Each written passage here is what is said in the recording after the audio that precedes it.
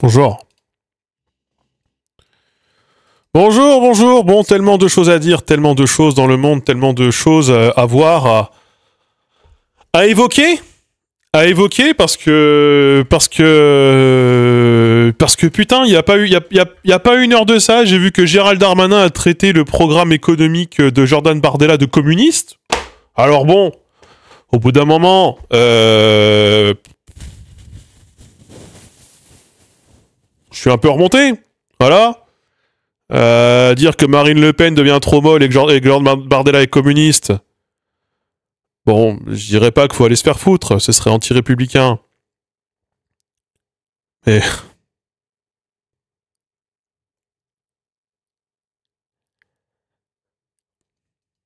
Qui a dit ça? Gérald Darmanin. Gérald Darmanin, il trouve que l'extrême droite est trop communiste. Voilà.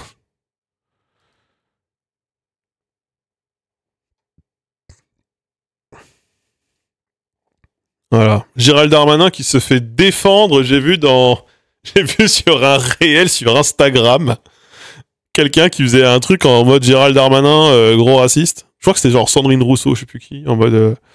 Et dans le top com, Marlène Schiappa qui défend Darmanin. J'étais en mode, tiens donc. Tiens donc, tiens donc. La vidéo sur le vouvoiement et le tutoiement. Une vidéo qui a un démarrage timide, mais je pense que c'est une vidéo qui peut marcher. Voilà. Qui peut marcher. D'ailleurs, Retailleau, on a déjà oublié. Hein. Tant mieux. Hein. Ce gars a déjà disparu. C'est vraiment trop cool. C'est vraiment super cool. Le RN qui a de bonnes chances d'être au second tour des municipales de Rennes. Hein. Je vous le dis juste comme ça. Voilà. Voilà. Bon. En ce moment, de toute façon, je suis remonté politiquement. Déjà parce que j'ai... Vous savez, je vous en parle souvent ici. Là, j'appuie sur le micro. Ça marche? Vous m'entendez? Vous m'entendez? Vous m'entendez? Ouais. Du coup, juste rien à voir. J'ai lu le livre d'Alain Bentolila. Je vous le dis là, juste... J'ai deux vidéos très politiques qui vont sortir très prochainement. Une de réaction à l'actualité, un reportage de TF1 notamment, sur les accents régionaux. Et sur Alain Bentolila, j'ai lu son bouquin sur l'illettrisme. On devrait renommer son livre « Pourquoi je déteste les jeunes et les musulmans ». Il faut vraiment que je parle de ce livre, qui est incroyable. Qui est absolument incroyable. J'ai 5 pages de phrases à ne surtout pas tirer hors de leur contexte. Mais bon, je l'ai pas reçu j'ai reçu l'exemplaire pour l'instant numérique, j'attends toujours le papier. Ouais, c'est mon éditeur, c'est terrible, c'est le même éditeur que le mien, mais bon, je pense qu'ils se sont fait avoir. Ils se sont fait vraiment avoir. Peu importe, il se passe des choses dans le monde. Voilà, il se passe pas mal de choses dans le monde. Et moi, j'aimerais qu'on commence par parler, bon, on n'est qu'une petite centaine, on n'a pas encore Zinzin Soumistan qui est là, parce qu'on va parler de Zoran Mamdani, bien sûr. Maire de New York en devenir. Vous savez comment ça marche aux États-Unis. Vous êtes élu sur à la fin de l'année et vous prenez vos fonctions au 1er janvier. Comme ça fait des bonnes années. Et donc, ce sera le prochain maire de New York. Ce n'est pas encore le maire de New York. Je crois que c'est Adams, le maire de New York. Je vais vérifier ça tout de suite. C'est tout à fait Eric Adams, le maire de New York actuellement. Et du coup, Zoran Mamdani a gagné les municipales. Et donc, moi, j'ai vraiment envie qu'on en parle parce que tout le monde en parle. Voilà, tout le monde en parle. On a l'impression qu'on assiste à la défaite absolue de Trump et à l'élection du nouveau président des États-Unis, ce qui n'est absolument pas le cas. Hein. C'est cool d'être maire de New York, c'est important, j'imagine. C'est quand même une grande ville aux États-Unis. Il y avait quand même assez peu de chances que ce soit pas un démocrate qui gagne. Voilà, bon, ça c'est... Mais c'est lui qui a gagné. Et lui, comme il s'appelle Zoran, qu'il est musulman, qu'il a dit vive les woke, et qu'il est de gauche, beaucoup de gens en parlent, notamment ce qui se fait traiter de communiste, de socialiste, de ce que vous voulez. Bon, moi écoutez, je vais vous le dire directement, et d'une phrase un peu choc. Moi, de voir des députés LFI depuis 2 jours faire des posts sur Zoran Mamdani en expliquant que c'est incroyable, c'est révolutionnaire et qu'il va tout changer, parce qu'il a un vrai programme de rupture, alors que son programme, c'est celui du Parti Socialiste en France. Moi, écoutez, il y a toujours une forme d'ironie Moi, je suis content. Hein. Pour les États-Unis, c'est incroyable. Pour les États-Unis, c'est incroyable. Il n'y a pas de problème. Et je suis vraiment très content. C'est vraiment très cool. C'est un bon symbole. Il n'y a pas de problème. Je trouve ça très cool. Mais ça me fait un peu... Parce que du coup, voilà, il veut mettre les bus gratuits. Il veut des crèches pour les enfants. Et il veut faire la taxe Zuckman et encadrer les loyers. Bon, voilà. C'est très bien. On prend, bien sûr. Il a dit qu'il voulait pas baisser les revenus pour la police, mais il voulait pas augmenter les revenus de la police, mais il voulait pas les baisser non plus. Bon, voilà. Les épiceries, bien sûr. Une épicerie par bourreau, ça va. C'est pas la victoire de Mamdani qui est vraiment importante d'un point de vue tendance nationale, c'est plus les autres élections où partout les démocrates ont gagné. Oui, bien sûr. En tout cas, c'est lui dont tout le monde parle, tous les jours, qui se fait traiter de communiste, de socialiste. CNews en a parlé plus qu'il n'en faut. J'ai été checké, hein.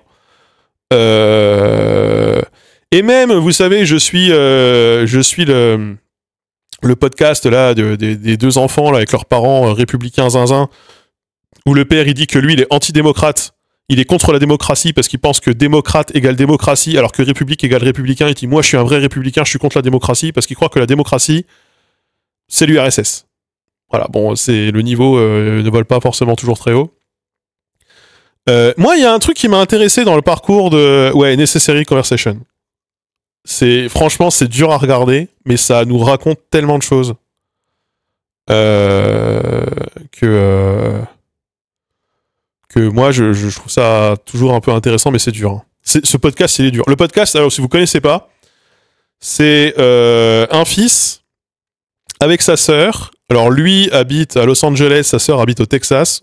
Il y a un moment, il y a un extrait où la daronne, elle dit « Mon plus grand regret dans la vie, c'est d'être laissé aller, étudier en Californie, c'est à cause de ça que t'es devenu woke, et que du coup, qu'on t'a perdu. » Alors que sa fille, elle vend des gâteaux au Texas, et elle fait que... Et elle est encore plus vénère. Mais bon, ça, c'est... Voilà. Et en gros, leurs darons, qui sont pour le coup, je crois, lui, c'est un ancien commercial, et elle, c'est une ancienne instit, sont des turbo fans de Trump. Mais genre turbo fans de Trump, mais à des niveaux sectaires. Voilà. Vraiment sectaire de fou. Et le daron est carrément devenu nazi. Il est vraiment devenu nazi de chez nazi. Il est pour qu'on assassine des gens. Si les immigrés, même si c'est des enfants qui se font traquer dans la rue, c'est qu'ils l'ont bien mérité. Il est pour le fascisme. Vraiment, il est parti loin. Bon voilà, c'est ça que je fais la parenthèse. C'est un peu dur à regarder parfois. Mais en vrai, je devrais faire ça avec mon daron. Je devrais faire ça avec mon daron. Faire un podcast avec mon daron. Le problème, c'est qu'il regarderait la télé en même temps. Il serait vraiment comme le daron du podcast. Et ce serait super dur. Bon voilà. Moi, ce qui m'a intéressé dans Zoran Mamdani, c'est l'aspect dont on parle en fait pas beaucoup dans son parcours politique. De comment il en est arrivé là. Parce qu'en fait, alors là, je suis désolé, je vais faire mon relou de fou. Puisque comme la France Insoumise axe en ce moment une partie de sa communication sur le fait que la gauche de rupture peut gagner et la gauche radicale va gagner, en prenant cet exemple qui, au demeurant, ce n'est pas la France, voilà, donc il y a quand même des limites. Moi, je trouve que on pourrait avoir tout un tas d'autres lectures de cette séquence politique aux États-Unis, notamment le fait que les électeurs préfèrent un jeune à un vieux, voilà, et le fait que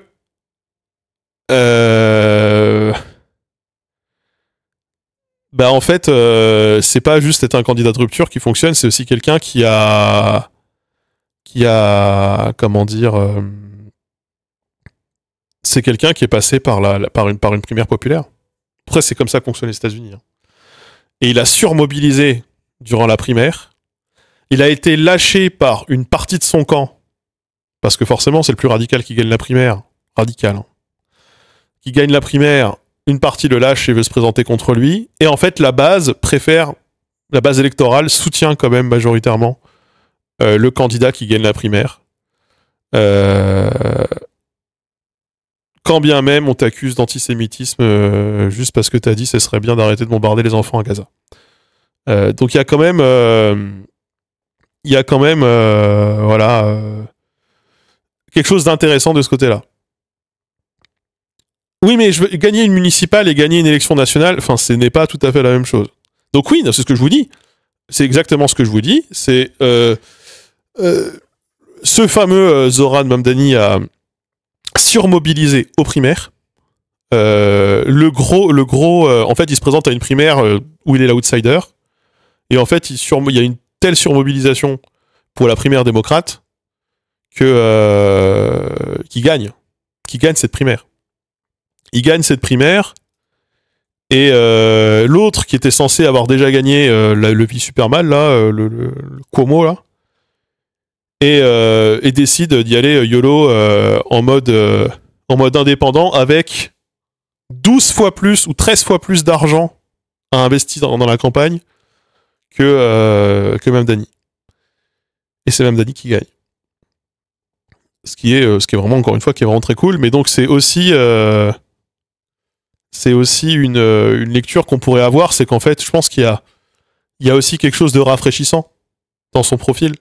Pas nécessairement sur les prises de position qui seraient profondément radicales, parce qu'en réalité, bon, c'est radical pour les États-Unis, mais dire on va taxer les 1% les plus riches et on va mettre des bus gratuits et on va faire en sorte qu'il y ait des garderies, c'est pas le grand soir, quoi. Voilà, c'est pas le grand soir.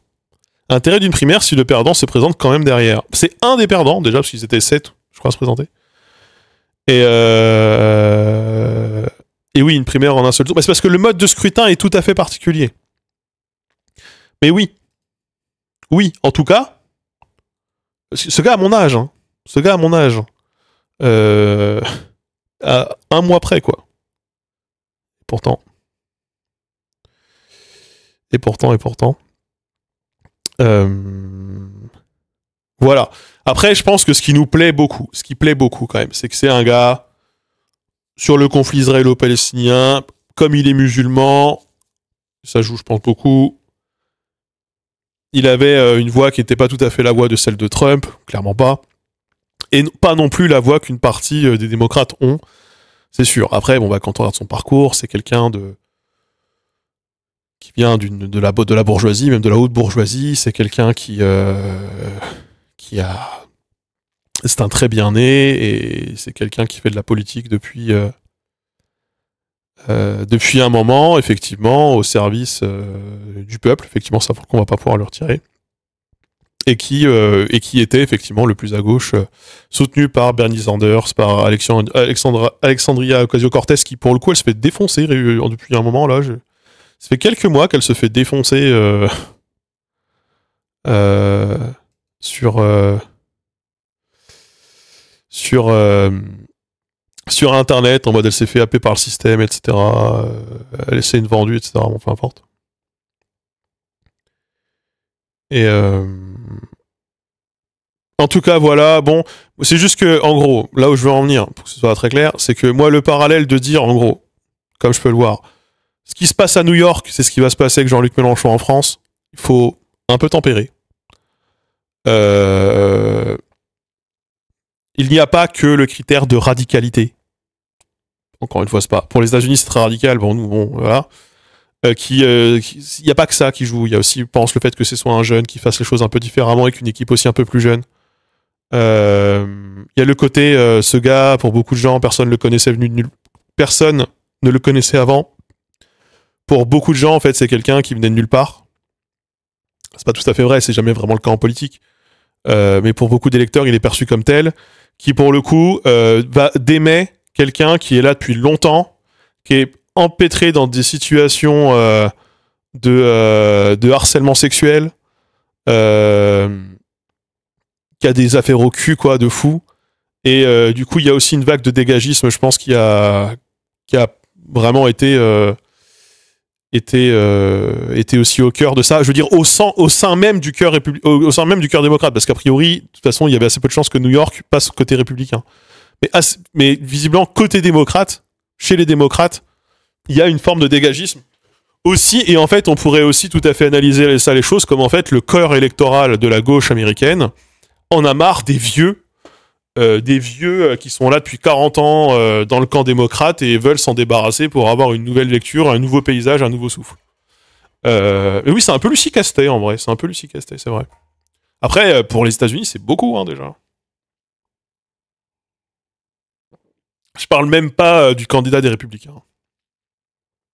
Voilà. Donc voilà, je pense que tout ça joue quand même pour beaucoup. Et je pense, voilà, juste que Zoran, c'est clairement pas la France insoumise. Et quelque part, tant mieux, même d'ailleurs. Tant mieux, parce qu'en fait, on pourrait pas se limiter à juste ça, quoi. Voilà.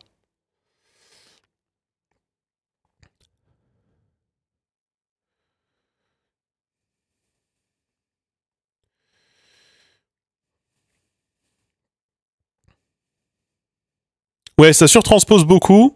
On aime. Après, c'est toujours intéressant, mais je trouve que c'est toujours un peu à double tranchant. Il y a du vrai, il y a du pas vrai. Souvent, on se dit ce qui se passe aux États-Unis, c'est ce qui se passe en France dans 10 ans, dans 5 ans, dans 10 ans.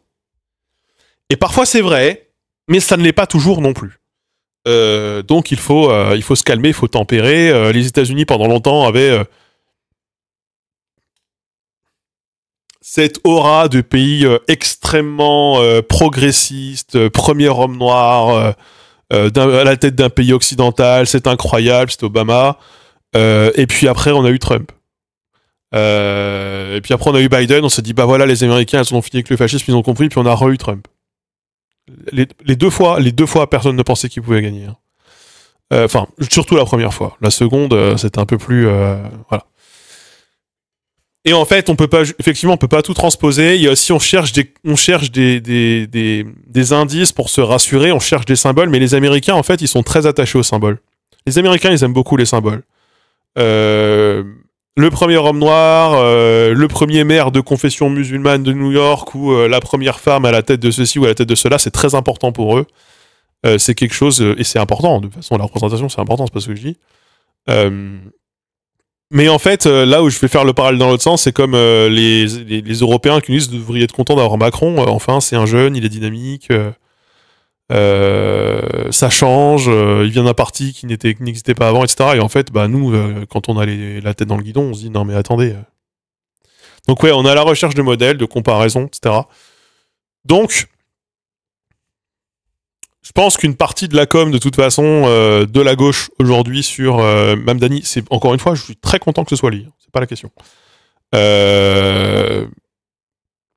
Bon, c'est un peu pour se rassurer, un peu pour nous galvaniser. On en a besoin.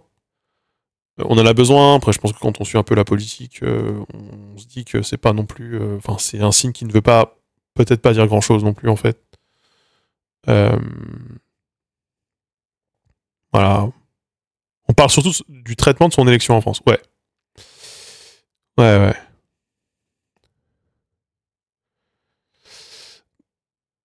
Macron est en train de creuser sa tombe, hein, effectivement, sur le plan de la cote de popularité.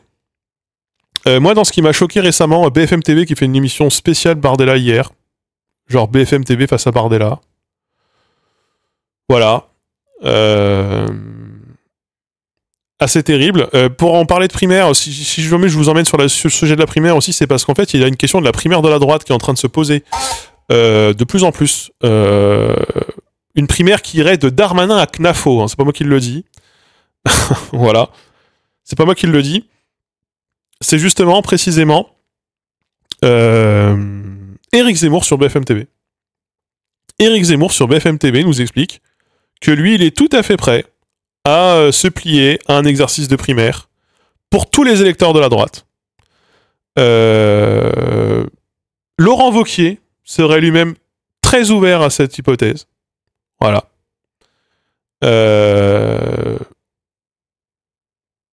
Bruno Retailleau, lui, évoque complètement...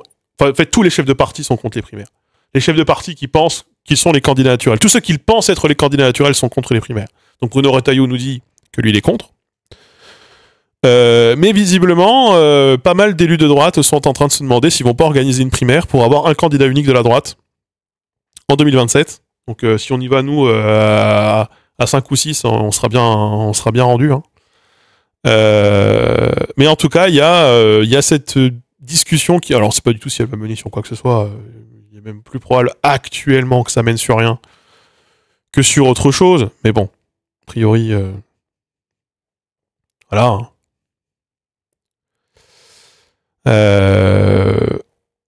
Mais en tout cas, on en est rendu là, quoi.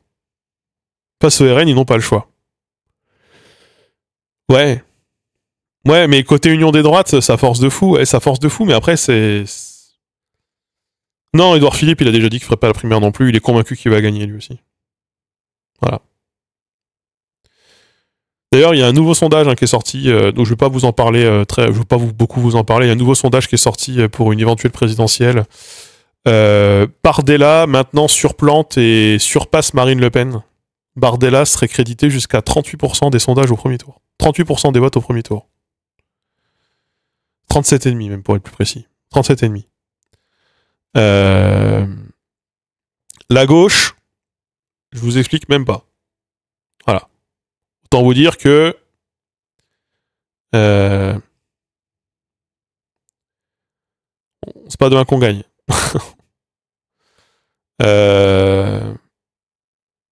La marge d'erreur du sondage en question est de 3%. Une marge d'erreur de 3% quand t'as le RN qui est à quasiment 38%. Avant la campagne, il va se ridiculiser. Non mais ça changera rien. L'extrême droite, elle peut se ridiculiser, ça ne change rien sur ses intentions de vote, faut bien le comprendre. Beaucoup d'électeurs d'extrême droite ne savent même pas pour qui ils votent. Zemmour était à combien durant la même période? Non, il était beaucoup plus loin. Zemmour était très bas. On va regarder, tu poses la question. Liste de sondages. Tu sais quoi, tu as posé une question, je vais tout à fait y répondre. Combien Zemmour était en gros, du coup, 1 an et demi avant l'élection? Il était très bas, je pense. Hein. Surtout, il était même pas candidat. Il était peut-être même pas candidat. Je suis un fou, on est en 2025. Il faut que je regarde 2000.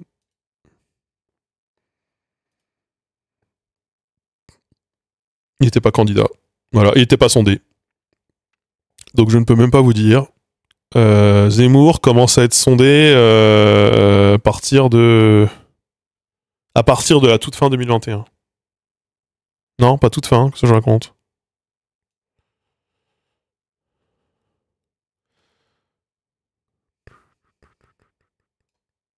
Non, un peu avant. Mais il était pas souvent crédité. Il commence à être en juillet, et il est à 5% quand il commence. Voilà. Après, Bardella, je suis désolé de vous l'apprendre, enfin, Bardella a vraiment une grosse cote de popularité. Je suis désolé, hein, vous pouvez trouver ça horrible, vous pouvez trouver ça détestable, vous pouvez trouver ça factice même, c'est une vraie réalité, et c'est un vrai sujet que j'ai moi régulièrement. Non, il y a plein de gens qui ne savent pas vraiment qui est Le Pen ou Bardella politiquement. Je suis vraiment... Alors, je vous l'apprends, parce que tu me dis, tu comprends pas cette take. Rappelez-vous juste quand même qu'il y a une part significative des électeurs d'extrême droite qui, aux législatives, cherchaient un bulletin Bardella à mettre dans les urnes. Aux législatives. Parce qu'on sortait des européennes. Parce que c'est Bardella qui était sur les affiches. Avec Marine Le Pen, les électeurs cherchaient un bulletin Bardella ou Le Pen. Pour les législatives. En fait, comme toute leur com, elle est mise sur Bardella, ou sur Le Pen, voilà, beaucoup sur Bardella, que Bardella, il a des émissions en long, en large, en travers, sur BFM TV, sur CNews. CNews, ils ont carrément 2 heures d'antenne dédiées à sa conférence de presse retranscrite en direct. Jordan Bardella, je vous rappelle cette vérité détestable, mais tout à fait existante, je vais même aller voir les chiffres. Bardella, c'est l'homme politique qui fait le plus de vues sur TikTok, en France. Et Bardella sur TikTok, il fait de la muscu, il boit du vin. Voilà. Et il fait des blagues. Bardella, il dit pas faut foutre les étrangers dehors sur TikTok. C'est ce qu'il veut, mais c'est pas ce qu'il dit.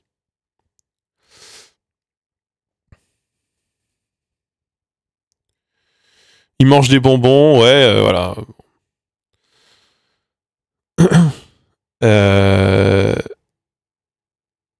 C'est juste pour vous dire que beaucoup d'électeurs d'extrême droite ne savent pas exactement pour qui ils votent. D'ailleurs, Je vais vous raconter ce truc qu'on m'a raconté. J'étais un peu choqué, un peu effondré. Je vais rester très vague. Il y a pas longtemps, je parlais à quelqu'un qui est dans un secteur très spécifique, que je ne vais pas vous détailler, très spécifique, mais un secteur vraiment de minorité, on va dire. Globalement, un secteur où l'essentiel des travailleurs, ou des gens qui peuvent être d'ailleurs des influenceurs, sont, comment dire, des minorités, ou alors des gens qui sont considérés comme inférieurs pour beaucoup de gens dans le sphère politique. Des gens qui travaillent, en fait, avec des métiers qui sont vraiment pas du tout valorisés, mais des métiers où il y a quand même de l'image. Pour vous donner une idée, un peu comme la télé-réalité, par exemple. Voilà. C'est pas la télé-réalité, mais c'est un peu la même idée. Quoique, c'est un peu comme la télé-réalité. Et bref, et du coup, je parlais avec quelqu'un de ce secteur-là qui me disait, moi, le truc qui m'a le plus surpris dans ce milieu, c'est à quel point Jordan Bardella était aimé. Je suis en mode quoi? Je dis ouais, ça pose en story à fond, avec le bouquin de Jordan Bardella, ça se branle sur Jordan Bardella, ça dit sans problème que ça veut renvoyer les Noirs et les Arabes dans leur pays, alors que c'est des gens avec qui on travaille tous les jours, et avec qui on collabore, avec le sourire et tout, hein, parce qu'on a besoin que ça marche pour nous, quoi. J'étais en mode, et en gros, en mode banalisation de fou, notre milieu, ça y est, notre milieu a vrillé, quoi. Notre milieu est passé de l'autre côté, quoi. Et j'étais en mode, donc ça s'est banalisé à ce point, le RN. Le RN, ça s'est banalisé à ce point, d'accord. Y compris dans des milieux où c'est des minorités ethniques, sexuelles, etc., machin. Bardella, genre, ça devient le bro, quoi.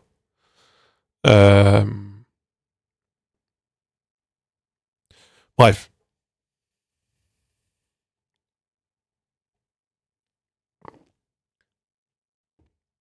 Moi, je pense que, moi, je le répète ici en long, en large, en travers, je pense qu'il y a plein de gens de gauche qui sont vraiment délus.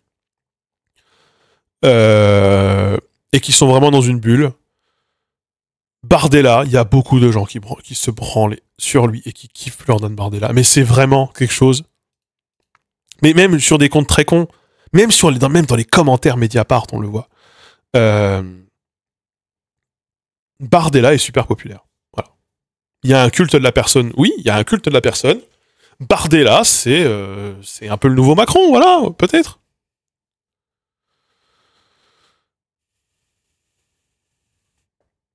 Moi, je ne pense pas que Bardella, ça se dégonflera et le RN est crédité de plus en plus haut à chaque élection. Qu'est-ce que vous voulez que je vous dise? Et le pire, c'est que contrairement à ce que beaucoup de gens affirment, le RN, en fait, défie assez peu les sondages pour les premiers tours. Pour les seconds tours, c'est toujours un peu compliqué parce qu'il y a les phénomènes de barrage, etc. Mais pour les premiers tours, le RN est franchement pas très loin. Si on prend les 5 derniers scrutins, pas très loin des intentions de vote. Il y a toujours une marge d'erreur. Et forcément, la marge d'erreur, quand tu es crédité à 33, elle est plus importante. Elle se voit plus que si jamais tu es crédité à 3, quoi. Parce que, dans le sens où si jamais il y a qu'un électeur sur 10 qui dit vouloir voter RN qui n'y va pas, c'est 3% de moins quand t'es à 33, c'est quand t'es à 30, c'est 3% de moins quand t'es à 30, c'est 0,3% quand t'es à 3, quoi. Mais ouais, ils ont une vraie base et ils ont des gens. En fait, je vous rappelle cette donnée qui est quand même importante. C'est le vote de conviction. Là où il est le plus important en France, c'est au RN. C'est-à-dire les gens qui votent RN savent déjà aujourd'hui qu'ils voteront RN dans 2 ans.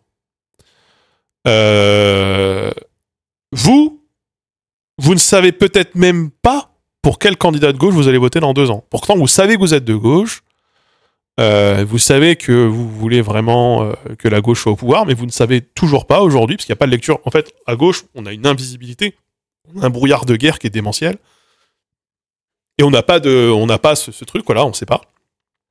Les électeurs du RN savent déjà qu'ils vont voter Jordan Bardella ou Marine Le Pen dans 2 ans. Voilà. Parce que oui, nous, on sait pas qui, on sait pas combien, voilà. Voilà. Oui, mais Marine Le Pen, elle était créditée à 29, parce que là c'est un peu fallacieux ce que tu dis. Elle est créditée en mai 2021 à 29, elle fait que 22. Oui, mais à cette époque-là, Zemmour n'était pas crédité, Zemmour fait 7. Donc en fait, le socle d'extrême droite, il est à 29. Et là, Zemmour, il est pas parti pour être candidat à la prochaine présidentielle tout seul, avec sa bite et son couteau, parce que là, il a même pas réussi à avoir un député, même pas avoir un parlementaire européen. Il a rien, il est à poil. On sait qu'on va voter Mélenchon, mais tout le monde ici ne sait pas s'il va voter Mélenchon. Certains le sauront que la veille.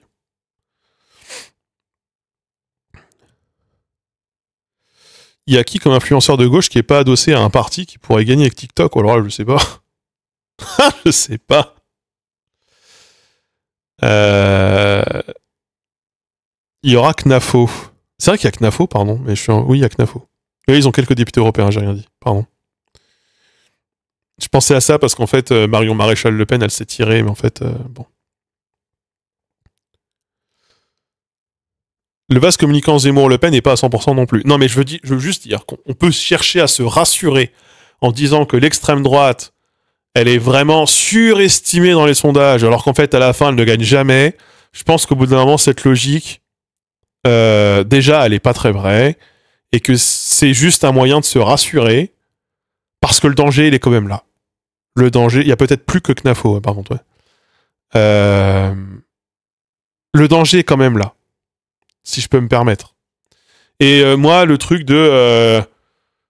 en fait, je vais vous remettre cette pilule, qui, moi, me paraît quand même un bon moyen, ce truc pour contrer un peu la prophétie hein, qu'on voit, que j'ai revu en fait passer hier sur un compte que je suis, voilà, de la France Insoumise, qui montrait que Mélenchon, soi-disant, il est vraiment sous-estimé de très loin, et qui fait des scores démentiels à chaque fois, et de plus en plus haut, et que du coup, c'est forcément, ça va monter de plus en plus. En fait, il y a un moment où ça s'arrête. Et il y a un moment où ça s'arrête, on peut pas savoir si ce sera la prochaine, mais il y a un monde où c'est la prochaine. Si ça s'arrête pas, tous les prophètes, tous les zélotes de la prophétie diront, regardez, on vous l'avait bien dit, ils ont peut-être raison. N'empêche que si ça passe pas, bah, on pourra se dire que, bah, merde, quoi, et c'est un peu ce qui est arrivé à je reprends cet exemple, c'est un peu ce qui est arrivé à François Bayrou. François Bayrou, ascension politique, les scores montent, et il divise son score par 2,5 entre 2007 et 2012. Il le divise par 2,5. Il y a un moment où tu peux tomber aussi. Il y a un moment où tu peux devenir inaudible dans les médias, inaudible dans le paysage politique, et surtout on dit Mélenchon il est très fort en campagne. Et c'est vrai, Mélenchon est très fort en campagne, c'est pas du tout ce que je conteste. Mais en fait, au bout d'un moment, la campagne, pour pouvoir la mener, il faut aussi des micros tendus, il faut de l'espace médiatique, il faut de la latitude. Et bah, c'est pas dit qu'il en ait autant, quoi.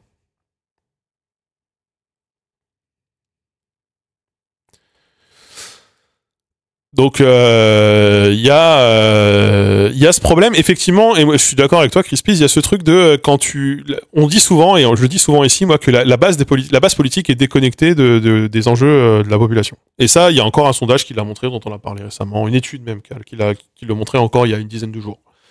On n'a jamais été aussi, il n'y a jamais eu autant de delta depuis au moins les 20 dernières années entre les préoccupations principales des Français et les thématiques les plus abordées dans le paysage politique et médiatique. Mais si ça c'est vrai à l'échelle nationale, c'est aussi vrai à gauche en partie. C'est-à-dire qu'on a aussi une déconnexion entre la gauche et la base.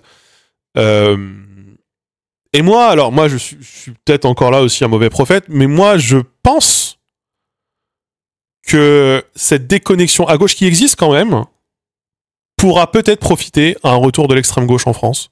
Parce que Mélenchon a certes reconstruit la gauche, bon, je pense que d'autres auraient pu le faire à sa place, mais il a aussi fait une chose, c'est qu'il a aspiré l'extrême gauche. Mélenchon, il a aspiré l'extrême gauche, la gauche du PS, il a fait sédimenter un peu tout ça. Ça, je le vois, parce que moi, je suis à GES. À GES, c'est quoi? C'est des anciens d'Ensemble. À Ensemble, c'est quoi? C'est des anciens du NPA, c'est des anciens de la LCR. Pour beaucoup, donc en fait on voit même par exemple une meuf comme Obono, elle vient de là par exemple, elle vient de l'extrême gauche à la base. Mélenchon lui-même vient de là, et il y a eu tout un moment où les mouvements d'extrême gauche, soit par entrisme, soit parce qu'on leur a tendu la main, sont allés rejoindre des formations politiques comme la France Insoumise, où on promettait le mouvement gazeux pour essayer de faire de l'entrisme, essayer de faire gagner, etc., essayer d'avoir peut-être à la démocratie interne, aller chercher, tirer la barre à gauche, etc., Et Mélenchon a développé un peu cette idée selon laquelle si jamais on met la démocratie interne, ça tirera la barre à droite, donc faut surtout pas. Moi, je pense que beaucoup de gens, moi, que je suis et que j'aime beaucoup en politique, qui peuvent d'ailleurs avoir été ou être encore d'ailleurs à la France Insoumise, sont plutôt des gens qui viennent de mouvements d'extrême gauche à la base. C'est pas des gens qui viennent du PS qui demandent des primaires dans la France Insoumise. Qu'on soit clair. Il y a un monde où si on considère que c'est Jean-Luc Mélenchon qui y retourne, que de toute façon il a perdu, qu'il est trop vieux et que la France Insoumise est déconnectée, que sa stratégie ne plaît plus, ces gens-là peut-être vont vouloir aller encore plus à gauche. Avec un retour du NPA ou peut-être même, on le voit d'ailleurs de plus en plus, on voit par exemple émerger de plus en plus des noms comme Révolution Permanente. Alors Révolution Permanente, c'est la France Insoumise de l'extrême gauche. J'ai pas de problème avec Révolution Permanente, au contraire, vraiment pas. Mais c'est quand même un peu vrai, ce que je dis. On est d'accord. Anastasie, t'es peut-être dans le chat. Fais attention à ce qu'on dit. Voilà, je sais que des fois il lurk. Attention. Mais il y a un monde où en fait, ce qui se passe comme ce qui s'est passé qu'on pense qui s'est passé à New York, ça se passera peut-être en France aussi, mais dans une autre configuration, c'est-à-dire, il y en a peut-être un peu marre des vieux qui nous écoutent pas, on va miser sur ce jeune qu'on ne connaît pas, qui a l'air plus à gauche. C'est possible. Et c'est... Franchement, nous, si c'est pour qu'on décide qu'on perde tout le temps, je préfère encore perdre en défendant un discours encore plus à gauche.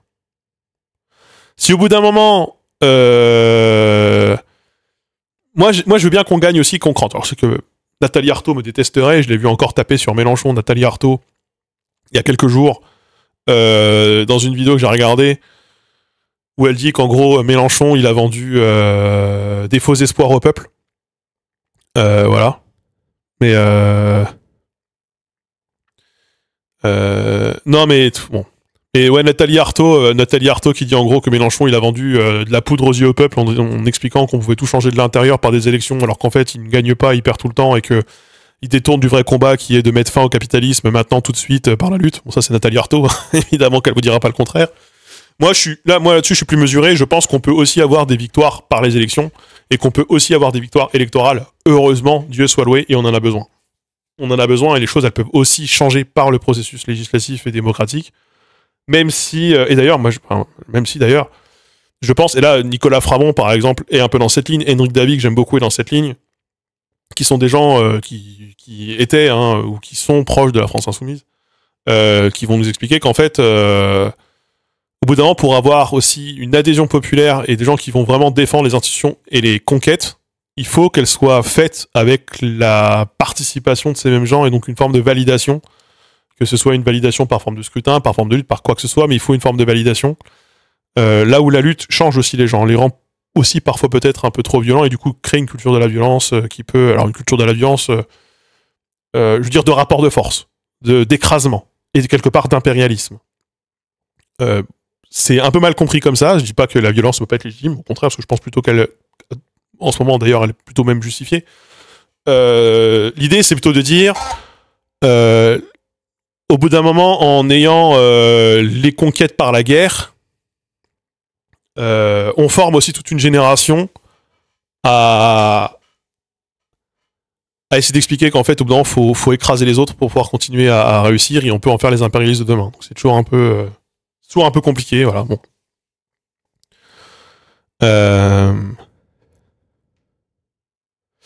Oui, non, mais après, bon, bah voilà, il y a plein mal de choses qu'on pourrait aller voir ici et là.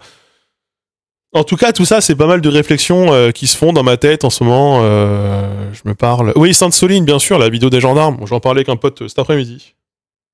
Je pense que ça ne va à rien changer du tout. Ça va, voilà. J'ai vu le react de Clémence Guettet à la vidéo. Bah, que vous voulez que je vous dise?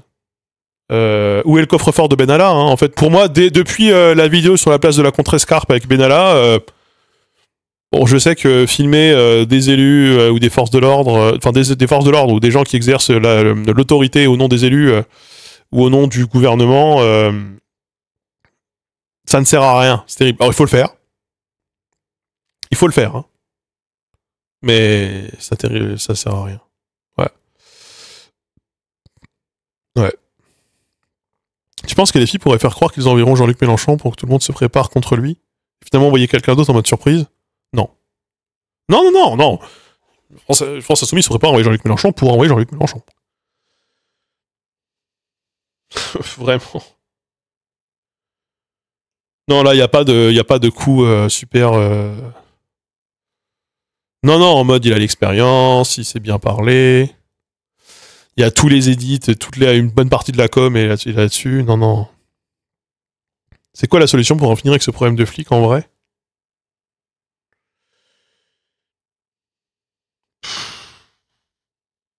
Je sais pas. Franchement, j'en sais rien. J'en sais pas. Padmel s'est fait purger de l'après True Story mais MDR.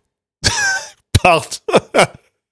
Les gens vont dire que les autres partis de gauche sont pas démocratiques. Ah, ça me termine. Désolé. Ah bah oui, l'après, ils font peut-être des purges aussi. Hein. En même temps, ils les ont faites pour certains et ils les ont vécues après. Donc ils en connaissent un rayon.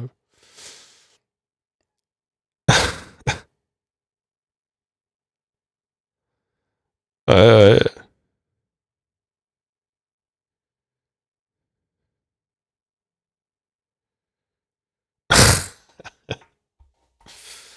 Bon, en tout cas,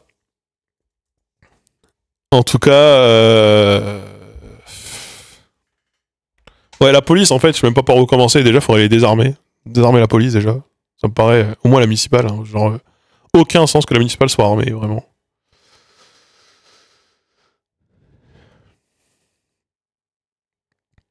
Putain, juste rien à voir.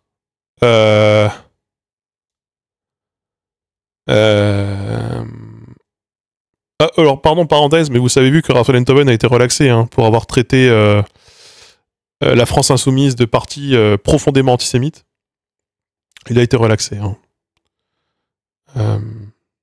Ses propos sont dans la liberté d'expression. Juste, pardon, je vous le dis, voilà. J'ai appris un truc de fou, et ce sera dans la prochaine vidéo. Vous savez, c'est qu'en France, on a fermé le dernier pensionnat autochtone. Juste, en me renseignant hier là-dessus. Je m'en veux même de ne pas l'avoir, de ne pas le savoir, non. En 95, 92.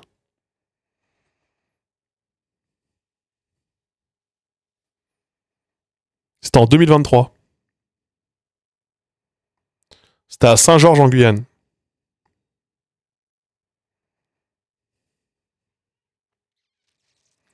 Ouais, donc on s'est beaucoup foutu de la gueule des Québécois et des Canadiens.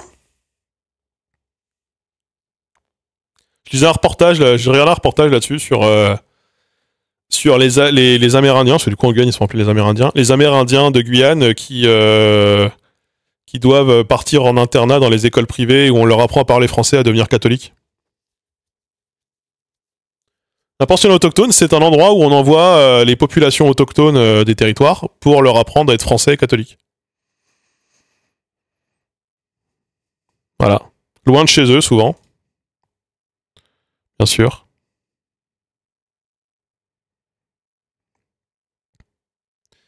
Voilà.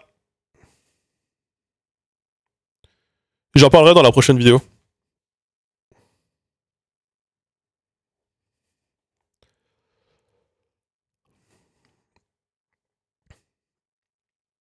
Ouais, ça existait encore, ouais.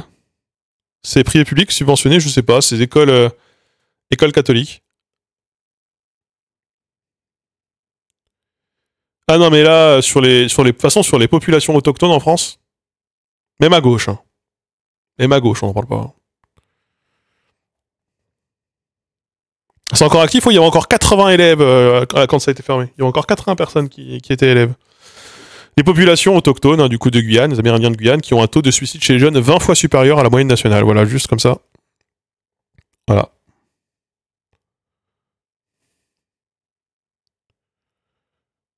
La musique était trop forte sur la dernière vidéo. Non, là, vous abusez. Au bout d'un moment, vous voulez juste pas de musique, en fait.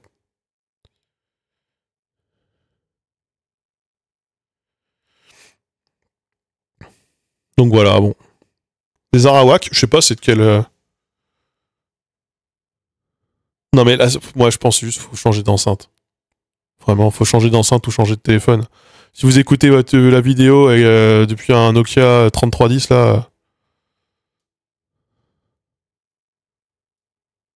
trop forte sur le stream.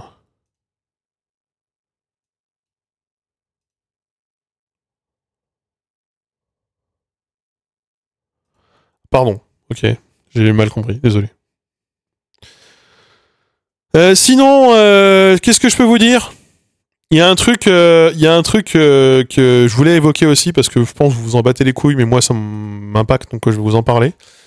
En gros, comprenant que le budget n'allait pas être adopté et que toutes ces discussions étaient sans queue ni tête, il y a visiblement au moins le CNRS et le CNES qui ont décidé de geler toutes leurs dépenses de communication pour l'année prochaine, faire une année blanche, comme cette année.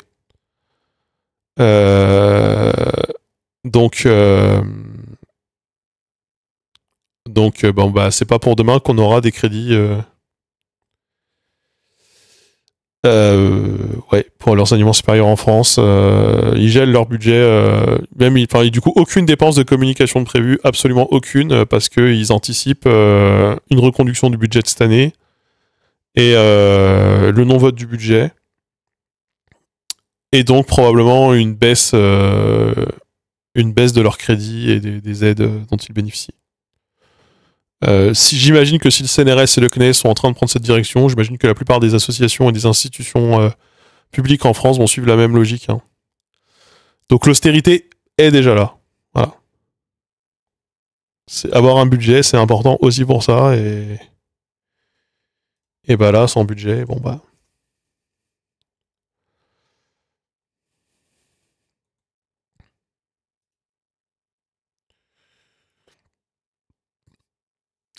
Bah là, c'est pire en pire. C'est pire en pire. Voilà.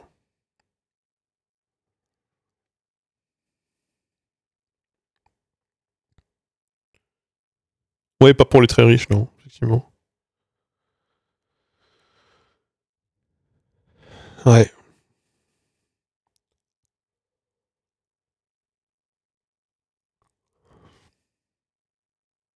Bonsoir.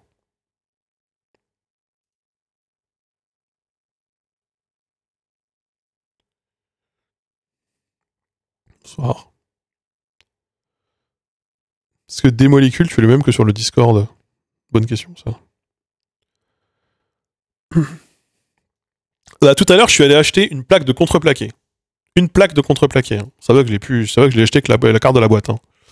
Parce que j'en ai besoin pour le bureau. Mais une plaque de contreplaqué, 130 €. En Syrie, hein. Directement en Syrie. Enfin, en Syrie, chez le grossiste.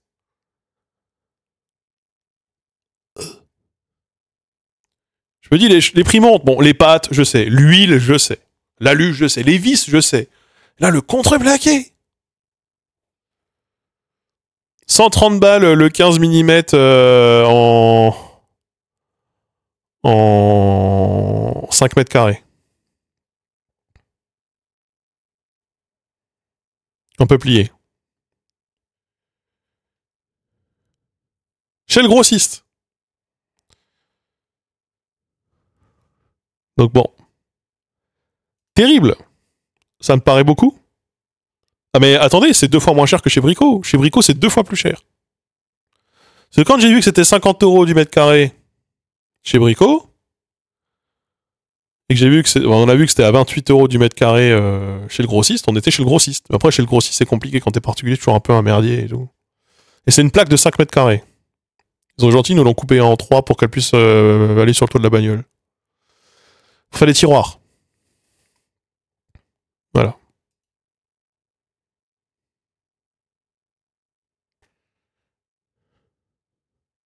Du 18 mm. Ouais, bah ouais. Ouais, bah voilà. Coupe des arbres. Ouais, bah. Vous êtes gentil, moi j'ai pas de Syrie. J'ai pas de Syrie. Hein.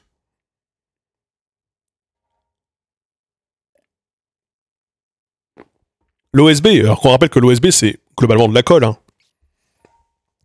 Ta caisse, tu l'entretiens toi-même ou tu passes par un garagiste? Ah, moi, je n'ai pas le choix de passer par un garagiste. Je suis obligé de passer par un garagiste. Je n'ai même pas le droit de toucher à la voiture.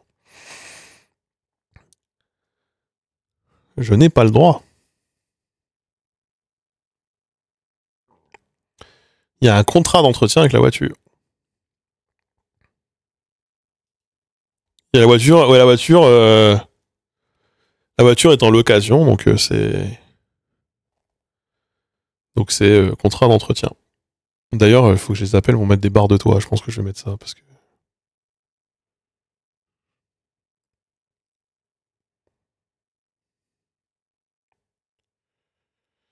C'est quoi la bagnole? C'est une Citroën C3 de 2025. 2024. C'est une Eloa, donc c'est une voiture neuve. Toutes les Eloa. Et elle a 17 000 km au compteur. Et on arrive à l'issue de la première année. Bientôt, dans un mois. On peut pas charger beaucoup en poids. Ouais, mais pour mettre 3 planches de bois, ça le fait. Je vais regarder, barre de toit. Poids. 75 kilos. Oh, ça va. C'est large. PureTech, tout à fait. Tout à fait un moteur PureTech.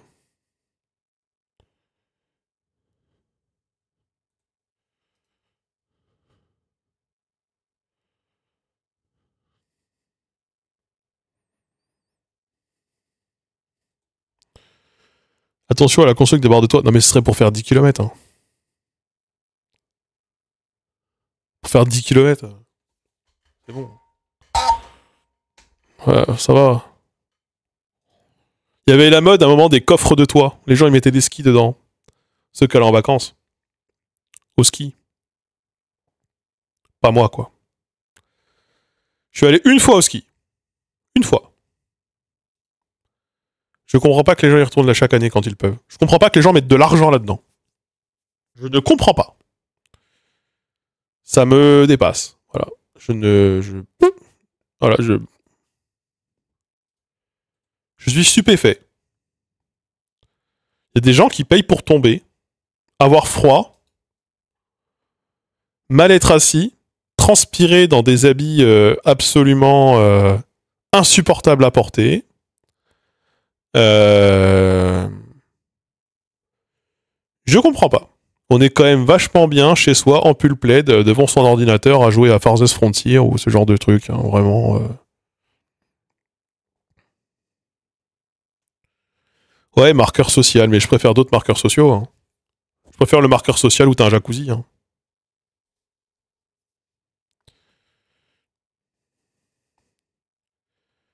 Voilà.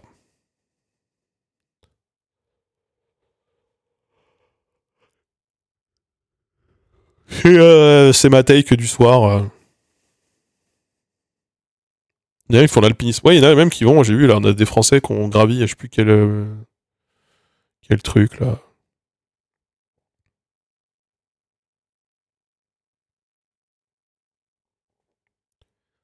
Le ski, c'est pas que le ski de piste. Le ski de fond, c'est fun. Tu peux observer les animaux.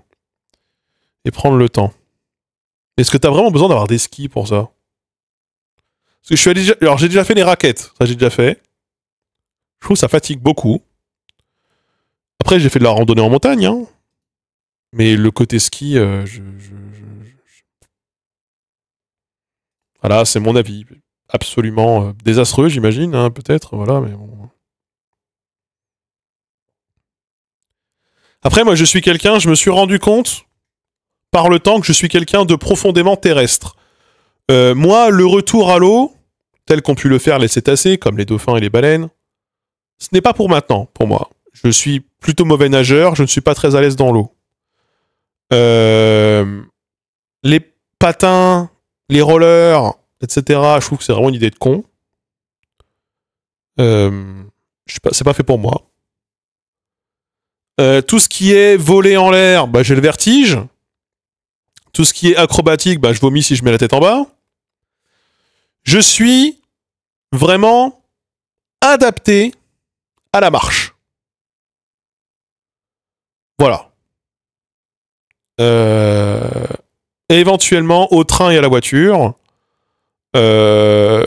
Si je pouvais au train, mais bon, c'est pas comme s'il y avait beaucoup de trains chez moi, voilà. Mais c'est vrai que j'aime beaucoup la voiture. J'aime beaucoup la voiture. J'aime beaucoup le train. Voilà. Le Segway, non, non. Le bateau, j'ai le mal de mer. J'ai le mal de mer. Les deux roues, vélo ou moto. Alors, vélo, j'en ai beaucoup fait quand j'étais jeune. Vélo, j'aimerais beaucoup. J'aimerais ne pas avoir. J'aimerais ne pas être anxieux, en fait. Le vélo, c'est quand même un truc de con. Aussi. Pas parce que le moyen est un truc de con en tant que tel. Je trouve ça plutôt bien de faire du vélo. Mais parce que le nombre de victimes chaque année d'accidents de la route en vélo avec décès à la clé est quand même vertigineux. Et sur les routes de campagne qu'il me faudrait emprunter pour rejoindre le village ou pour rejoindre Fougères, autant vous dire que je ne vais pas prendre le risque de me retrouver face à Gérard en utilitaire à 100 km/h sur la route de la forêt. Voilà. C'est mon principal problème avec le vélo. Le problème avec la moto, c'est la même chose mais avec un moteur. Voilà.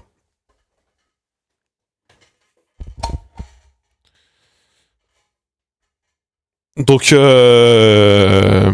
j'adorerais. Moi, je suis déjà allé avec mon. Moi, vous savez, j'ai récupéré mon vélo de ma communion. Mon vélo est à moitié rouillé, je peux pas passer la moitié des vitesses. Les freins marchent pas.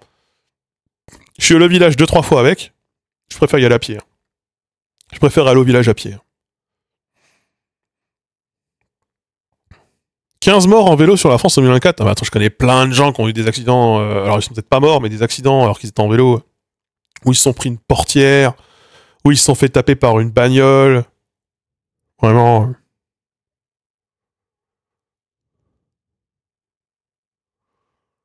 Quand j'étais encore Dijonnais, je faisais tout à vélo. J'ai frôlé l'accident plein de fois. Après, à Dijon, il y a quand même pas mal d'endroits où t'as les trottoirs, t'as des zones, t'as toutes les zones du tram et tout.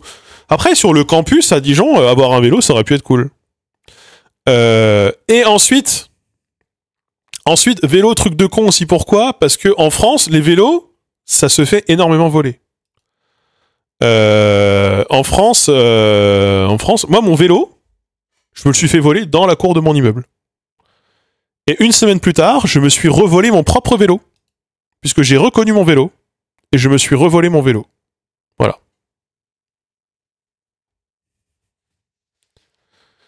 Donc, à Fougères. On a un problème avec le vol de vélo. Les vélos devraient être immatriculés, en fait. De toute façon, devraient tous être gravés.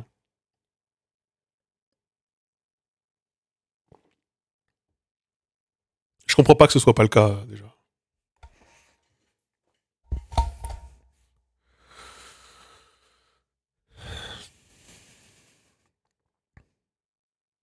C'est le bicicode.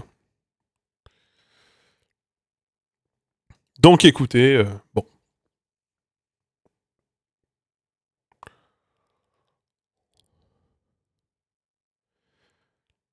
Le vélo, ouais. Bon. Donc moi, en tant que moyen de transport, à pied, la voiture, parce que j'ai pas le choix, mais sinon le train. Le train, si c'était pas cher, ce serait incroyable.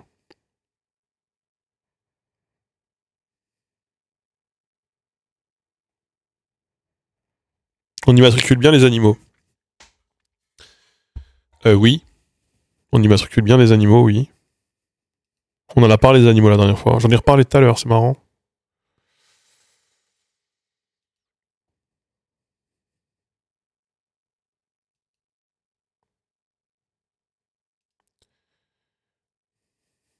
Ça coûte une blinde le train, c'est un truc de fou. Là, moi, c'est alors le truc où c'est vraiment chiant, c'est du coup je me pose ces questions-là. Maintenant, je me posais pas trop ces questions-là. Maintenant, je me les pose. Mais quand vous organisez un événement, c'est le premier poste de dépense, c'est le train devant l'hébergement maintenant. C'est le transport devant l'hébergement, quoi. Tu penses quoi de l'état de la confiance interpersonnelle dans nos sociétés ? Je sais pas, j'ai pas d'études sur le sujet. J'ai pas d'études sur le sujet, j'en sais rien. Je sais pas.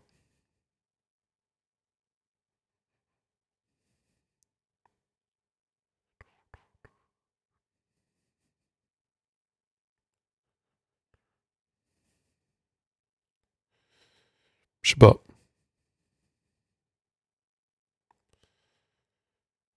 Il y a des sujets, moi, vous savez, j'ai pas d'avis. Hein. Tant que je suis pas renseigné, j'ai pas d'avis. Hein. Je peux avoir des inclinaisons, mais... Je pense quoi d'un fédéralisme à la française? Moi, je suis pour. Pour le coup, je suis pour. Ça dépend ce qu'on met derrière le mot fédéralisme, en fait. Hein. Il y a autant de fédéralisme qu'il y a de pays fédéraux dans le monde. On ferme les portes à clé, c'est vrai. C'est vrai que quand j'ai grandi, chez moi, on fermait pas la porte à clé. Maintenant, la porte est toujours fermée à clé. Par contre, alors, j'ai lu, moi, sur un truc... Qu'est-ce que les gens... La confiance que les gens ont en eux-mêmes, déjà. Les gens n'ont plus confiance en eux-mêmes. Et s'ils n'ont plus confiance en eux-mêmes, ils n'ont plus confiance dans les autres et ils ont confiance dans le fascisme. Et dans Jordan Bardella, paradoxalement, à côté de ça, ce que je ne comprends pas. Voilà, bon. Je fais un très gros raccourci, mais la montée du fascisme, la précarité émotionnelle des gens et la montée du fascisme, il y a quand même un lien. Si ton billet de train est moins cher qu'un covoit, c'est qu'il y a une arnaque dans l'affaire. Et le train, de toute façon, c'est devenu un moyen de transport de riches, voilà. Bon. Et que je vous dise. J'opterais plutôt pour un modèle à l'espagnol, pas à l'allemande. Bah, à l'espagnol, du coup, les régions ont des pouvoirs très différents les unes des autres. Donc, en l'occurrence, c'est... Je sais pas. Plein de régions qui sont plus indépendantes que d'autres, en Espagne. Mon oncle est militaire, il paye que 25% du train. J'avais un cousin qui était militaire, il payait aussi que 25% du train. À côté de ça, il voulait qu'on privatise toute la SNCF et qu'on arrête d'être un pays d'assistés. Alors qu'il a passé l'essentiel de sa carrière de militaire à être blessé et à prendre le train pour rentrer voir sa meuf à l'autre bout de la France. J'étais un peu en mode, bon, au bout d'un moment, faut aller se faire foutre, quoi. En fait, il était parachutiste. Il a sauté une fois. Il s'était pété le genou. Il pouvait plus sauter. Voilà.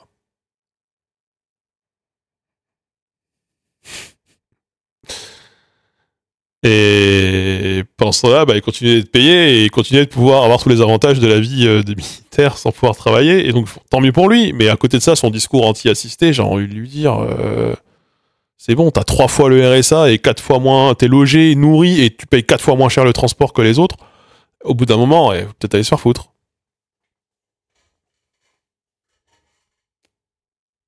Il est pas resté militaire très longtemps.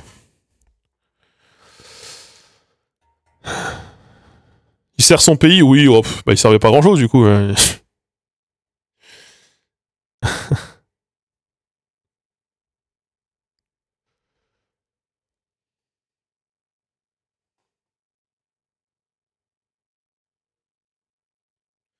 Tiens, encore une écharde. Du coup, je me trouve des échardes régulièrement. J'ai commencé à déroncer hier à l'intérieur de la serre. Et comme je fais ça sans gants, bah, j'ai des échardes parfois dans les doigts. Un peu partout.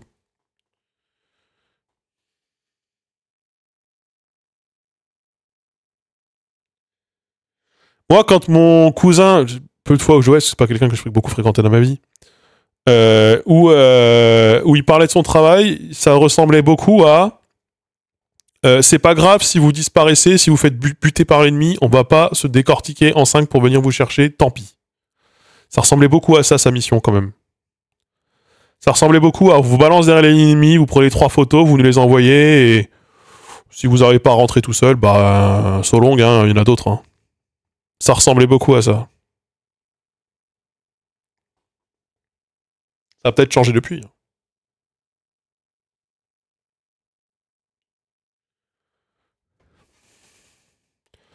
Les fonctionnaires ne touchent pas un salaire, mais un traitement. Oh, oui, oh, j'ai vu ça, ce truc.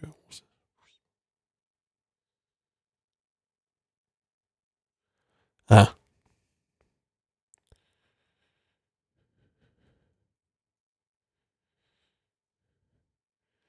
T'es pour le maintien d'une armée ou non? Dans un monde où des gens veulent nous tuer, ouais, oui, je suis plutôt pour le maintien d'une armée. Après, l'armée n'a pas que des fonctions de combat militaire. Alors déjà, il y a les fonctions de défense, bien sûr.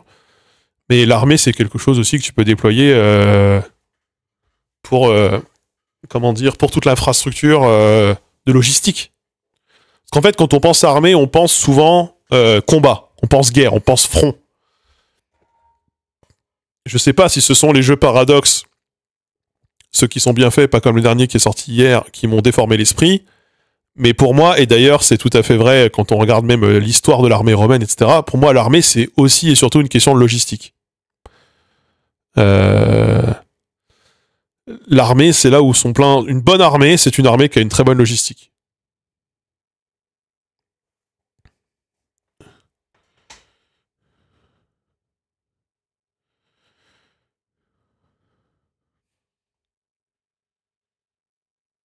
Donc, bien sûr, il est les défilés, les armes et tout, ça fait peur, machin. Mais l'armée, c'est surtout, bah, effectivement, c'est un corps avec une grosse discipline. C'est un peu un État dans l'État, hein. Un État communiste dans l'État. Hein.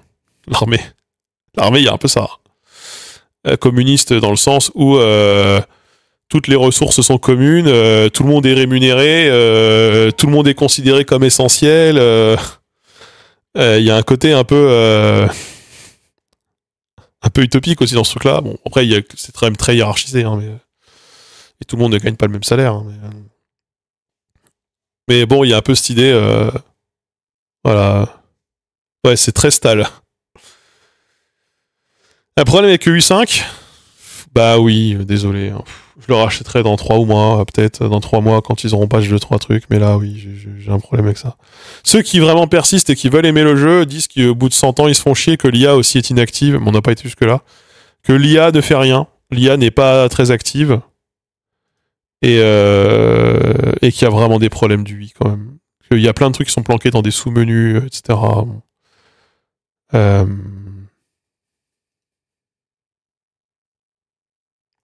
Ah, sur ma review, le top com, c'est le QI moyen des gauchistes au phénotype douteux.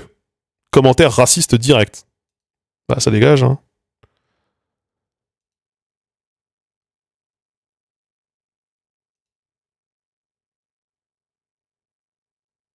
Eh ben, bon, bah, il y avait 4 commentaires, il y avait 3 commentaires d'extrême droite. Voilà, bon, je les ai supprimés. Voilà. Bon. C'est pas une vidéo, c'est ma review du jeu Europa Universalis 5 sur Steam. Il y a 4 personnes qui ont commenté. Et c'était que des trucs d'extrême droite. Voilà. Ah non, lui n'est pas clair du tout. Lui est un délire. De toute façon, quand on voit hein, que là où il y a le plus de modes de toutes les catégories de modes, c'est fixe et UI, tu te dis que peut-être c'est les deux choses sur lesquelles il va falloir intervenir Paradox assez vite, quoi, pour que votre jeu il soit au moins quelque chose d'agréable, quoi. Je pense que ça en dit long. Ton avis entre CK2 et CK3? Bah, CK3 est aujourd'hui bien plus cool que CK2, mais bon, il a fallu attendre un petit moment. Il faut toujours attendre un petit moment, de toute façon. Toujours le problème. Toujours attendre.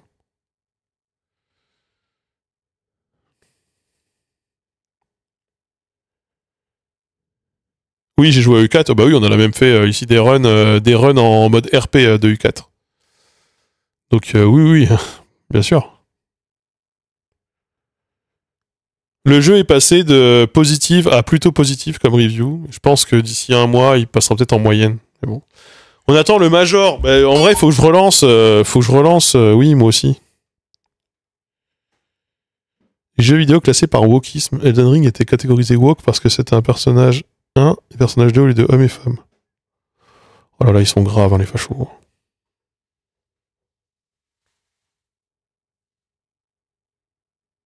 Ils sont graves de fou. Hein. Oh là là. Qu'est-ce qu'on en a à foutre? Enfin. D'ailleurs, dans le bouquin de Bentolila, il parle de linguistes atterrés dedans. Et c'est marrant, il y a à deux moments,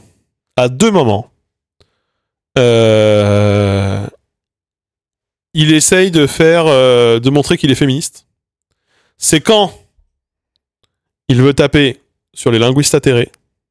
Il y a ce passage, je vais vous lire cette phrase. Je vous lis cette phrase parce qu'elle est folle. Je ne peux pas ne pas vous la lire. Il faut que je vous la lise. Vraiment. Il y a une page qui est folle. Une page vraiment qui est folle. Alors, accrochez-vous. Hein. Ce mec est l'un des linguistes de BFM TV et de France Info. Hein. Linguiste, déjà, il l'est plus, a priori. Mais bon. Alors, c'est où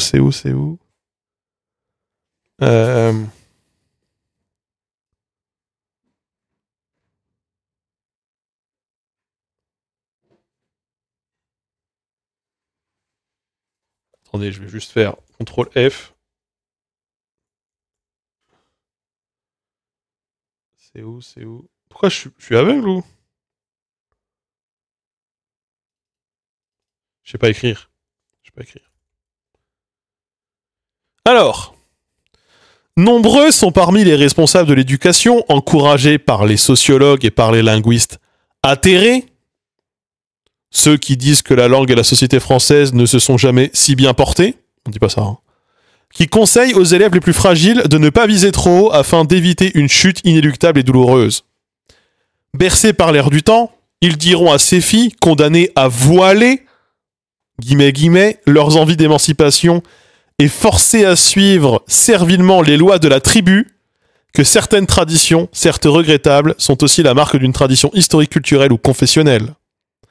Au lieu de dénoncer avec la plus grande fermeté une emprise virile, inacceptable, qui prive certaines filles d'un juste affranchissement, on en fait donc parfois un élément de la diversité culturelle, somme toute respectable. Moi, ce que je lis, c'est...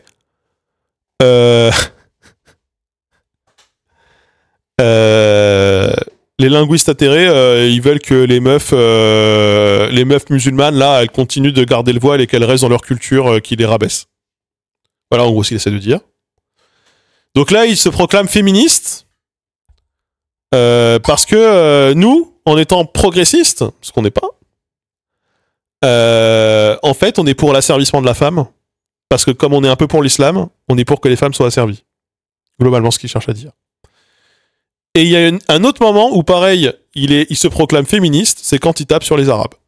Et c'est fou, les deux moments du livre où il est féministe, c'est quand il tape sur la gauche et sur l'islam. Parce que lui, il est plus féministe que les femmes. Et il y a tout un passage où, il y a tout un moment où il tape par contre sur les féministes. Où il s'en prend aux féministes pour expliquer c'est quoi le vrai féminisme. Et moi, je trouve ça d'une audace folle. Je trouve ça incroyable. Je trouve ça fou. Ça va faire une très bonne vidéo. Zinzin. Ouais, alors en fait j'ai été lire du coup j'ai regardé les interviews. Il explique dans une interview que l'islam c'est une religion. Alors il est pour toutes les religions, il n'y a pas de problème. Le problème c'est pas les religions. Le problème c'est pas l'islam, c'est l'islamisme. Voilà comme il dit. Mais quand même, l'islam c'est une religion où on n'a pas le droit de questionner les textes parce que la langue elle est sacrée. Alors qu'au moins dans le judaïsme on peut questionner le Talmud.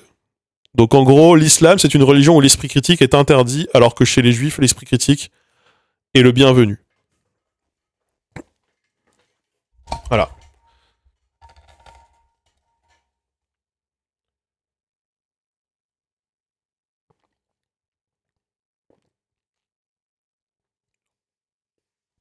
Ouais. Bon. Voilà. Bon. Ouais. Donc, bon, j'ai très hâte de vous sortir cette vidéo. Faut prix qu'on parle de Bentolila, quoi. En fait, il faut... Je suis désolé, je vais les faire un par un, mais tous les linguistes conservateurs qui vont sur les plateaux télé pour vous apprendre c'est quoi la vraie linguistique, il faut qu'on en parle. Voilà. Ah, mais à chaque fait divers, Bentolila, il est dans le Figaro, ou dans Le Point, ou dans le JDD, ou dans le Causeur, pour nous expliquer que c'est la faute de l'illettrisme. Et puis après, on se rend compte que, en fait, le mec, il écrivait bien et qu'il laissait des manifestes. Ah. Ah, en fait, celui qui attaque n'est pas un illettré. Et pour Bentolila, les illettrés, ce sont, littéralement, c'est lui qui l'écrit, les jeunes en perdition dans les quartiers urbains et dans les friches rurales. C'est juste ces clichés agistes et racistes qui parlent. Son bouquin, il pourrait s'appeler de Pourquoi je déteste les jeunes et les arabes. Point. Voilà. Et du coup, je trouve ça trop cool qu'il ait écrit ce livre. Je le trouve incroyable, ce livre. Déjà parce que c'est une plagiat de ses 5 derniers livres. Voilà. Mais aussi parce que on va rarement lire les livres de ces gens. Voilà. Et du Solway, hein, faut pas les acheter. Hein. Mais du coup, là, vous n'aurez pas besoin de l'acheter. Je l'ai lu pour vous. Je l'ai lu pour vous et pitié, ne le lisez pas, quoi. Enfin, sauf si vous voulez taper des barres, hein, mais...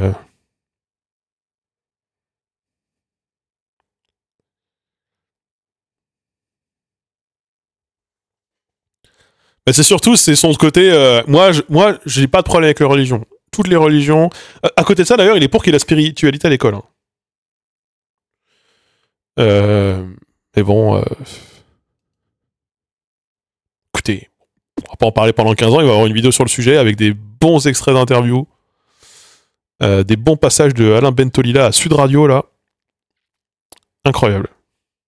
Faut encore que je me tape 3 heures de Bentolila. De Alain Bentolila, qui est censé être l'un des linguistes les plus réputés en France, qu'on voit régulièrement sur les plateaux télé, qui là ressort un bouquin. Et en fait, pourquoi? Parce que là-bas, je voulais déjà faire une vidéo sur lui. Hein. J'ai regardé du coup ce qui va être dans une des prochaines vidéos, toutes les séquences qu'il y a eu sur les accents. Là, on a eu plusieurs reportages sur les accents régionaux. Et Alain Bentolila a été invité pour parler des accents. Et c'est pas du tout son sujet en fait. Enfin, bon. En fait, son livre d'ailleurs, ça s'écoute beaucoup parler. C'est bien, il fait plein de phrases avec plein de mots compliqués, mais les phrases ne veulent rien dire. Ça me termine ça. En fait, c'est vraiment un Enthoven. C'est vraiment un Enthoven. Mais c'est compliqué. Après, Alain Bentolila, il est presque mort. Hein. Il a 76 ans, je crois. Bah, il a l'âge de Mélenchon, en fait. Si je dis que Alain Mélenchon est presque mort, vous allez me tomber dessus.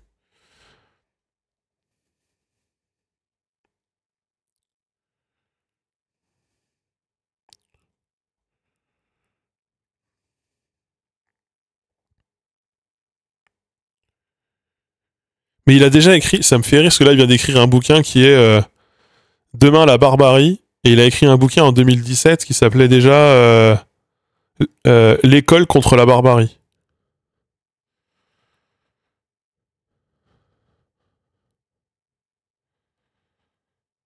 Le verbe contre la barbarie en 2007 aussi. En fait, c'est toutes les années en 7.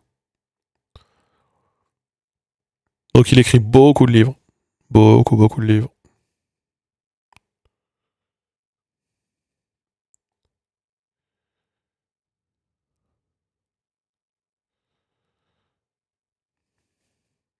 Edith Piaf, alors à quel âge aujourd'hui? C'est une vraie question, ça. Edith Piaf. Elle est née en 1915. Elle aurait 110 ans.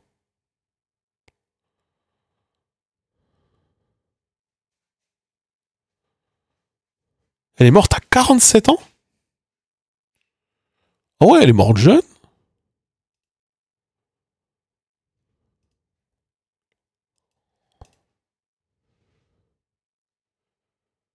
Insuffisance hépatique. Ah ouais. Ok. Bon. Mais ouais, bon, bref, Bentolila, je vais pas acheter tous ses livres, mais ce serait intéressant de me montrer tous les bouquins qu'il a pu écrire. C'est tiens, c'est marrant, on dirait ce livre, et on dirait ce livre, et on dirait ce livre. Et ça fait 20 ans, effectivement, qu'il est sur les redites des mêmes discours. Et en fait, ce qui est fou avec Alain Bentolila, ce qui est fou, hein, c'est que, je vous spoil un peu la vidéo, mais il est pas constant. C'est-à-dire, il dit tout le temps des outrances, non sourcées, mais il est pas constant dans ses outrances. C'est-à-dire quand il va écrire, il va faire un papier dans le Figaro, il va en parler dans son livre, il va faire la promo du livre à Radio J. La même phrase, il va donner 3 chiffres différents. Voilà. Pour le même exemple, son exemple totem. Savoir qu'on parlerait tous avec le lexique d'un enfant de 3 ans, selon lui. Donc voilà, faut que je me renseigne un peu. Voilà. Toujours compliqué, hein.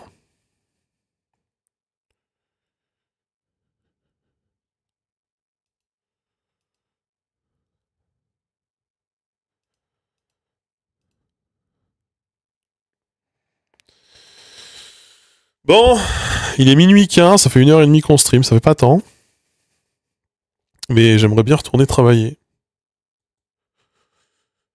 Faudrait que je tourne. Faudrait que je tourne. Tout simplement. Donc, je suis en train de réfléchir.